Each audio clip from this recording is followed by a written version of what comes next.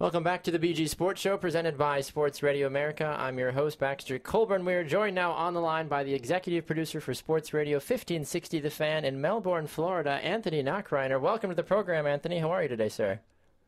I'm good. Thank you for having me, Baxter. I really appreciate it, and look forward to our discussion. And I really appreciate you having me on your show. Absolutely, yeah. So, Anthony, we tried to get you on a couple months ago, and unfortunately it didn't work out the way we wanted it to. The equipment had different ideas that day, but everything seems to be working properly today, so we're going to try not to jinx it with everything that we've got going on today, hopefully. Sounds good, man. Like I said, I know me and you as broadcasting professionals, the equipment can run great for 3 straight days, but then all of a sudden that fourth day when you think it's going to work right, all of a sudden it crashes on you. It's part of the business, right? Yep, exactly. Absolutely. Well, Anthony, we've asked you here today to chat a little bit about the upcoming NFL free agent market. There's some hot names on the market right now. Whether or not those players get franchise tagged or cut by their teams, or who knows what can happen with the NFL free agency, but I know there's a lot of big names out there, but I was hoping you could kind of help us sort through some of the big names and what might end up happening to some of them. Absolutely. Looking forward to it. And a lot of question marks. And let's face it, March 9th is going to be the new league year starting. And at 4 o'clock that same day, we're going to have free agency wide open.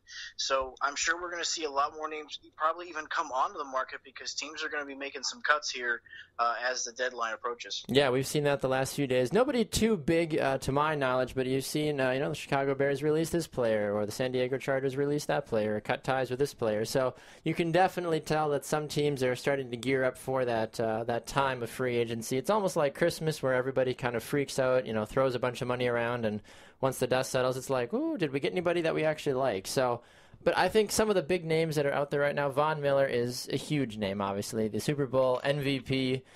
I feel like Denver would be stupid to let him walk, but at this point, though, could he have that bargaining chip in his side now saying, hey, guys, I helped you guys win a Super Bowl. I deserve to be paid a lot of money now. Well, I would agree with you there. Von Miller showed exactly he is worth all the money. He is worth being paid top dollar. But the question for Denver is can they afford it? Because they've also got a lot of other free agents on their list as well. You've got Malik Jackson, that defensive tackle that also created a lot of havoc on that defensive line in that Super Bowl and throughout the playoffs.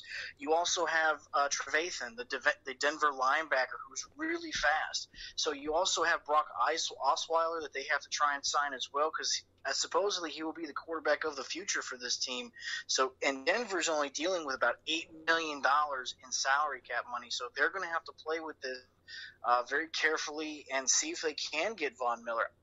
Yep. I think they can franchise tag him and get him the money, but at the same time, I think they're going to have to decide: are we going to take one player, or are we going to keep 3 or 4 players like a Jackson or a Trevathan and an Osweiler? Talking with executive producer for Sports Radio 1560 The Fan in Melbourne, Florida, Anthony Nachreiner, about the NFL free agent market. Yeah, you mentioned with Von Miller, Anthony. He's one of those guys where you can't not want him on your team, but at the same time, like you said, is it worth putting all your chips in for one player, or do you try to spread it out and try to make your team, as good as you can overall? So it's one of those hard things to figure out, especially with a guy like Von Miller. And I'm sure that if Denver decides to pass on him, that he will be more than taken care of by any other team in the NFL, honestly. Well, I think here's the key, too, and if you're looking at some of these teams that do have a lot of cap space, you're talking about the Jacksonville Jaguars that definitely need a pass rush. They've got about $80 million in cap space. You've got the Raiders, who've got about $74 million in cap space. The Bears was 60, and ultimately I think the two best fits there will probably be the Jags or the Raiders for Von Miller. And I know the Denver Broncos don't want to lose Von Miller, especially to a division rival. But it'll be interesting to say the least because, like I said, they've got Jackson, they've got Trevathan, and they got to sign their quarterback. Yeah. You may win a Super Bowl, but you really aren't going to make the playoffs. As a Bucs fan, I know this. You're not going to make the playoffs with a bad quarterback play. Yeah, absolutely. I mean, and that whole Jameis Winston conversation can be a whole nother time for multiple segments along a season. We could have a season on that. But, I mean, you look at, though, with everything, and I don't want to get too far off a track, though, but you mentioned the quarterback situation, too, in Denver. I mean, it could be Brock Osweiler. We've also heard rumors of, a guy named RG3 as well possibly coming to Denver. But once again, another subject for another time. Who are some of the other big guys on your free agent list that folks are curious to know where they're going, myself included? Well, I think ultimately going to want to find out, okay, what's going to happen with Josh Norman with Carolina? Yeah. Now, I believe that Carolina will probably franchise tag him, if not at least get a deal worked in. He's young, he's a very promising player, and he's very – and if you can tell from the Super Bowl as well, though, even though you can see his emotions on his sleeve, he's a very passionate player, and he's somebody that gives you 110% every Sunday. So I think Carolina is going to keep him. But somebody that I'm curious to see what happens to is Eric Berry from Kansas City. Yes, yep, absolutely. The Chiefs are kind of in the middle of the pack with that cap situation. Can they afford him? Plus, they've got Tommy Holly, I believe that's how you say his name. They got to pay him as well. So Kansas City got to try and figure out which defensive star they're going to want to pay. Anthony Nachreiner, executive producer for Sports Radio 1560, here with us on the BG Sports Show. One of the names that's come up, at least up here in the great Midwest, is Matt Forte's name. He has told Chicago he does not want to be back, which is probably one of the smartest decisions of his career. However, as a running back, he's 30 years old, which, for a normal human being, it's like, oh, you're 30. You've got plenty of life left in you. But as an NFL running back, you're lucky if you've got maybe 2 or 3 consistent, good years left in front of you. Have you heard any rumors at all about where Forte might land? Listen, if Lovie Smith was the head coach of the Tampa Bay Buccaneers still, I would probably say Tampa Bay would be the primary landing spot for Matt Forte. But as that is not the situation, I think Matt Forte is going to take his time with this. I don't think he's in any rush. Obviously, he's not going to get top dollar as a running back, but there's going to be a team that's probably going to want his services. And a team that's, look to New York Giants. The Giants running back situation has been unstable since Brent Jacobs and Ahmad Bradshaw, so possible solution there in New York and getting Matt Forte. Both teams, the Jets or the Giants, could go after him. Also look to possibly the Jags as maybe they continue to complement Matt Forte and their young running back TJ Yeldon. Another team that I like is the Titans. The Titans are going to need a running back as well, and once again, another situation where complement their young running back and give them a veteran who's been very successful in attack. Absolutely. What about a team, too, like Seattle? We've seen Marshawn Lynch probably sort of kind of thinking about retiring. I'm pretty sure he has retired. A team like Seattle, the one thing that they kind of lacked this last year because of the injuries to Marshawn Lynch and some of their other good running backs was, a consistent running game. If Matt Forte, I'm assuming he's going to want to try to go to a team where he can win a Super Bowl because, no offense to him, why bother going to a Jacksonville or a Tennessee with only 2 or 3 years probably left in his NFL career if he just is, I understand playing for the love of the game, but the man's never won a Super Bowl. I feel like if I'm him, I'm going to want to go to a team where I can have an opportunity to, take home that Super Bowl trophy.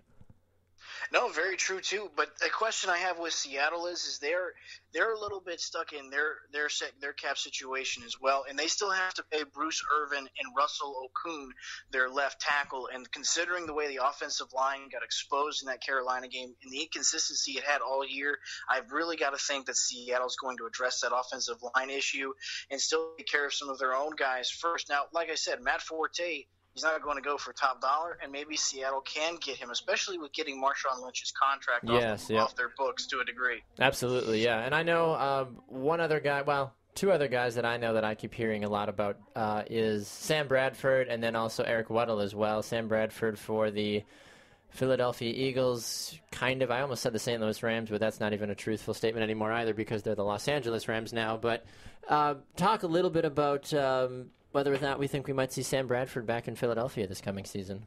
I'll be honest with you, I do not think Sam Bradford goes back to Philadelphia. If I were the Eagles, I don't think I would pay him. And considering the contract talks that Bradford and the Eagles entered into during the season last year and the type of money Bradford was asking for in his production, if I was the Philadelphia Eagles, I would move on and look to the future. Draft somebody in this draft or, sign somebody else. Maybe try and lure a Kirk Cousins. Some of the other quarterbacks that we can look at here, a Fitzpatrick. You also, Osweiler could become available. So there are some guys there in the free agency period that maybe if they aren't taken care of by the teams that we think they're going to take care of them, Philly could have other options besides Bradford. And to be honest with you, I've never been a big fan of Bradford. I've never been a big fan of him even coming out of college and after the injuries. So I think it would be best for the Eagles long term to go ahead and move away from the Bradford experiment and kind of get moving forward on a younger quarterback or at least a stopgap quarterback. Yeah, no, I completely agree with you on that one. Well, and I did want to ask you about Eric Weddle, but you brought up Kirk Cousins. I want to talk about him real fast before we got to let you go. Kirk Cousins taking the NFL by storm this season with the Washington Redskins. If Washington's smart, they'll pay him, I'm assuming. But if they're not smart, I could see, a Denver possibly. That would be a good changing of the guard from, the old gunslinger to a new and upcoming guy like Kirk Cousins. You'd give him plenty of weapons to go and throw the ball around too. But if Kirk Cousins doesn't end up in Washington, where do you think he might end up? Because he's probably raised the market value a little bit about him. But I'm sure teams, if anybody in the NFL has learned anything, which as we know they usually don't, one guy has a good season and then he gets incredibly paid, and then sometimes he doesn't always pan out like Colin Kaepernick, but that's a whole nother conversation. So Kirk Cousins, what do you think is the best possible thing for him going forward with his career? I'll tell you what, here's a surprise team for you. If Kirk Cousins doesn't land with the Washington Redskins, the Chicago Bears might be a great destination for Kirk Cousins. Yep. Because Kirk Cousins has, I like his arm. There's a lot of things to like about Kirk Cousins. Yes, the interceptions were a problem, but you know what? If the Bears are able to keep their weapons like an Alshon Jeffrey and a Miller and everybody else along with them and develop Kevin White along, Kirk Cousins will have some weapons again on that offense, because let's face it, we know the Chicago Bears, while yes, they were happy with Jay Cutler's progression with Adam Gase is no longer there, and who knows what you're going to get with Jay Cutler in 2016. Maybe you find a better solution with Kirk Cousins and you don't have to deal with the head problems of a Jay Cutler. That is very true. Very, very true. Well, we've just been having the opportunity to speak with Anthony Nachreiner, the executive producer for Sports Radio 1560 The Fan in Melbourne, Florida. Anthony, so much of a pleasure, sir. We look forward to speaking with you again in the future. Thanks a lot, Baxter. I really appreciate it. You do a great job. Thanks, man. Not a problem. All right, we're going to take a break. When we come back on the BG Sports Show, more to get to. A lot of great sports talk out there, and you never know what exactly is going to happen next on the BG Sports Show. You're listening to the BG Sports Show, presented by Sports Radio America.